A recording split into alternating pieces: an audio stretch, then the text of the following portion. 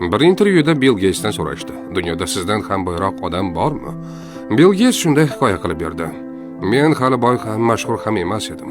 Nyu-York aeroportida gazeta sotib olmoqchi bo'ldim, lekin yonimda pul yo'q edi. Gazeta sotuvchisi menga gazetani bepul berdi. Oradan bir necha yil o'tib, yana o'sha aeroportda bo'ldim va o'sha sotuvchini qidira boshladim. Uni topganimda undan so'radim: "Siz meni taniysizmi?" U javob berdi: "Ha, siz Bill Gatesiz." Men aytdim: "Bir kuni menga gazetani bepul berganingizni eslaysizmi? Sizga minnatdorchilik bildirmoqchiman. Ayting, sizga nima kerak? Men hamma narsani bajaraman." Lekin sotuvchi kulib: "Janob, sizning yordamingiz mening yordamim bilan tenglasha olmasligini o'ylamayapsizmi?" Men hayron bo'lib so'radim: "Nega?" U javob berdi: "Men sizga yordam berganimda oddiy gazeta sotuvchi edim. Siz esa menga endi dunyoning eng boy odami bo'lganingizdan keyin yordam bermoqchisiz." O'sha kuni men tushundim. Bu gazeta sotuvchisi mendan boyroq edi, chunki u boyib ketishni kutmasdan boshqalarga yordam berishni bilardi.